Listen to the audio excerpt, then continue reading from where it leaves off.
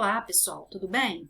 Sejam muito bem-vindos ao terceiro bimestre e vamos então dar início ao PET 3. Nessa primeira semana, a gente vai trabalhar com os chamados caminhos da independência do Brasil.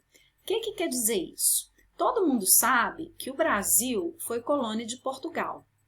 Então, na condição de colônia, ele viveu até 1822, que foi quando houve o chamado Grito da Independência, que tornou a colônia independente de Portugal. Ou seja, o Brasil, então, ele deixa de ser colônia e se torna efetivamente um país independente.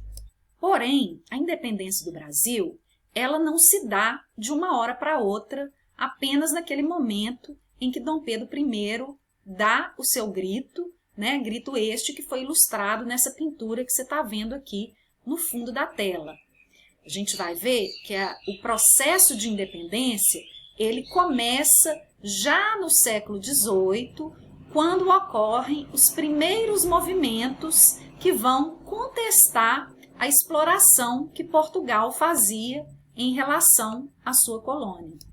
Então, nessa videoaula, a gente vai ver os primeiros movimentos que vão acontecer no século XVIII, que são movimentos que a gente chama de movimentos sediciosos, porque vem da palavra sedição, que, na verdade, é a mesma coisa que revolta, né? Então, são movimentos que contestavam a autoridade da monarquia portuguesa. Eu estou falando das conjurações mineira e baiana. Bem, e vale lembrar também que a conjuração mineira e baiana, e principalmente a mineira, são conhecidas também como Inconfidência Mineira. Porém, a gente não costuma mais utilizar na historiografia mais recente o termo inconfidência. A gente substitui esse termo pelo termo conjuração. Por quê? A palavra inconfidência significa falta de fidelidade. No caso, quem nomeou o movimento como inconfidência foram os portugueses que se sentiram traídos pelas pessoas que lideraram esse movimento. Já a palavra conjuração, ela tem um sentido de conspiração que tem mais a ver com as próprias pessoas que lideraram o movimento. E sempre que a gente estuda esses movimentos, a gente sempre costuma estudar a conjuração mineira e a baiana juntas, porque, na verdade, apesar de algumas diferenças, ambos foram movimentos que tinham o chamado caráter separatista, ou seja, todos eles tinham o objetivo principal que era separar a colônia de Portugal. Então, a gente fala que são movimentos separatistas. Nós vamos aqui estudar cada um deles em separado e depois a gente vai especificar quais são as diferenças entre cada um desses movimentos. Então, a gente vai falar primeiramente da conjuração mineira. E eu coloquei esse gráfico aqui para que a gente possa entender a situação de Minas durante, ou melhor, no período anterior à conjuração, tá? Então, esse gráfico, ele está mostrando a produção de ouro no Brasil durante o século XVIII em toneladas. Então, observa que a quantidade de toneladas, ela vai subindo progressivamente até o final da primeira metade do século, até 1750, né, ela vai tendo uma subida progressiva. A partir da segunda metade do século XVIII em diante, a gente vai observar o quê? O declínio, né, a queda da produção de ouro também vai acontecendo progressivamente. Por que isso acontece? Porque o ouro, assim como qualquer outro recurso natural, ele é algo que existe na natureza, mas que não é infinito, né? Então, com o passar do tempo, o ouro ele foi sendo explorado de tal maneira que ele foi se esgotando naturalmente. Só que Portugal, ele não se deu conta ou não quis se dar conta do esgotamento desse recurso e continuou exigindo o pagamento de todos os impostos que ele cobrava desde o início da exploração desse recurso. Então, com o passar do tempo, a colônia e os próprios donos de minas e mineradores e todos os funcionários foram ficando endividados e sem condições de arcar com aquilo que era exigido por Portugal. Então, quando isso acontecia, quando um imposto era cobrado e não pago, Portugal decretava a chamada derrama. O que era derrama? Derrama era a cobrança desses impostos atrasados através do confisco dos bens particulares dos grandes proprietários. Então, pairou, a partir da segunda metade do século XVIII, a ameaça da cobrança da derrama. Isso começou a assombrar principalmente as pessoas que tinham muitas posses, as pessoas que tinham muitos bens, porque as pessoas que não tinham posses e que não tinham bens não tinham muita coisa a perder, então não estavam muito preocupadas com a iminência da cobrança dessa derrama. E se tudo isso já não bastasse, em 1785, Portugal determina a criação do Alvará de 1785, que era um documento que proibia a existência de qualquer tipo de manufatura de tecido dentro da colônia. Ou seja, tudo que fosse adquirido pelas colônias em termos de tecido tinha que ser comprado de Portugal. E aí Portugal aproveitava para cobrar um preço muito maior do que aquilo valia. Um outro motivo muito importante que contribuiu também para a Conjuração Mineira foi a influência das ideias iluministas.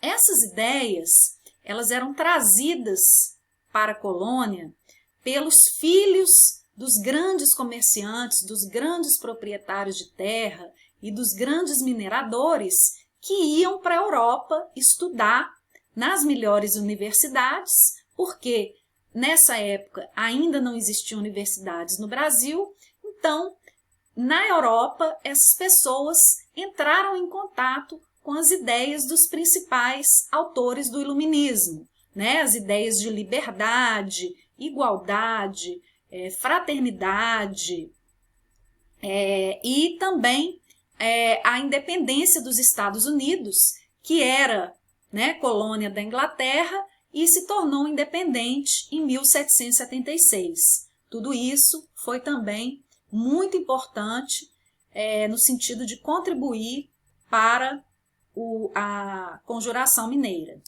E quem eram esses conjurados? Ou seja, quem foram as pessoas que lideraram a Conjuração Mineira? Qual era a composição social desse movimento? Bem, a Conjuração Mineira, então, gente, ela foi diferente da Conjuração Baiana justamente nesse aspecto. Por quê? A Conjuração Mineira, a gente costuma falar que ela foi um movimento elitizado, ou seja, um movimento liderado, encabeçado pelas elites mineiras na época.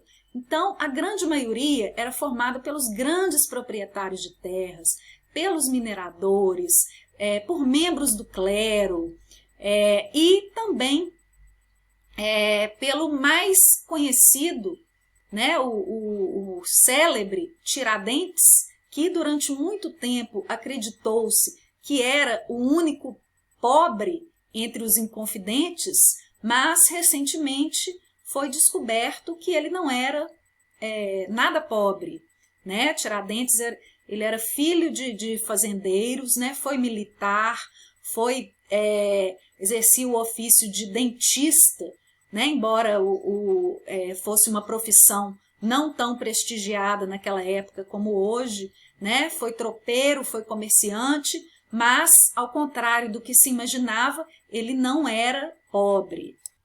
Então, por que essas pessoas queriam tanto se ver livres da influência de Portugal?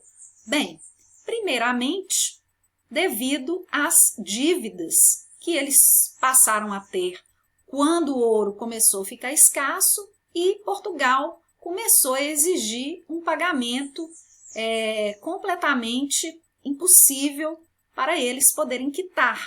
Então, esse teria sido o objetivo principal desse movimento conspiratório que essas pessoas começaram a bolar no sentido de se ver livres de Portugal.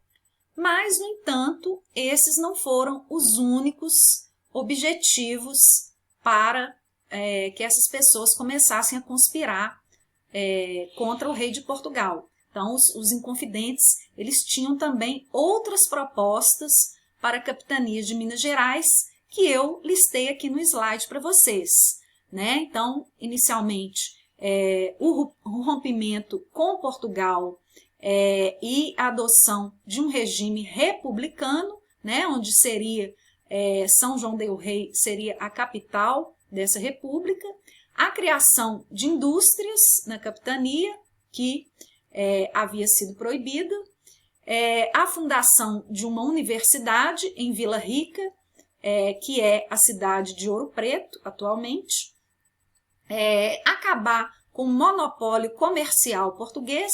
O que quer dizer isso? Né? O monopólio era o direito exclusivo que Portugal tinha de comercializar com a colônia, né? No caso aqui com a capitania de Minas Gerais.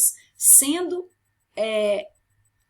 Minas Gerais uma capitania pertencente à colônia, ela só era autorizada a comercializar com Portugal, ou seja, só podia comprar ou vender qualquer produto de Portugal, mesmo que esse produto fosse mais caro. A adoção de um serviço militar obrigatório e a instituição de parlamentos locais que seriam subordinados a um parlamento regional. Então, esses foram os outros objetivos, né? Além do rompimento, que seria o objetivo principal da Conjuração Mineira. E aqui, vocês estão vendo, eu coloquei no slide, a bandeira de Minas, que contém o lema dos Inconfidentes, que significa que ela é escrita em latim, né? E a tradução disso seria liberdade, ainda que tardia. Só que o plano dos Inconfidentes de romper definitivamente com a metrópole não deu certo devido a figuras que acabaram traindo o movimento, ou seja, pessoas que faziam parte do movimento acabaram delatando, né, atuando como a gente chama hoje de X9, e contando para o governador de Minas, o Visconde de Barbacena, sobre essa tentativa de rompimento. Entre essas pessoas, o coronel Joaquim Silvério dos Reis, que ficou conhecido como grande delator da Inconfidência Mineira, mas que não foi o único a fazer parte dessa delação. Então, o resultado é que o plano foi descoberto e os Inconfidentes, todos eles punidos de alguma maneira por essa tentativa de se libertar de Portugal. Então, a Inconfidência Mineira, ou a Conjuração Mineira, nada mais foi do que essa tentativa de se desvencilhar do domínio de Portugal. E o que todo mundo sabe é que entre os culpados, os que foram considerados culpados, todos eles foram punidos, mas somente o Tiradentes foi aquele enforcado, né, serviu como bode expiatório, enquanto todos os outros cumpriram penas, mas foram penas mais brandas, como prisão ou envio para o exílio na África. Então, o Tiradentes, ele foi o único a ser punido exemplarmente, né? Daí a ideia que apareceu durante muito tempo de que ele era o único pobre, mas essa ideia já não faz mais sentido devido ao que foi descoberto recentemente. Bem, mas isso é uma outra história, né? A gente vai ver isso na próxima videoaula. porque o nosso tempo já está se esgotando. Um abraço.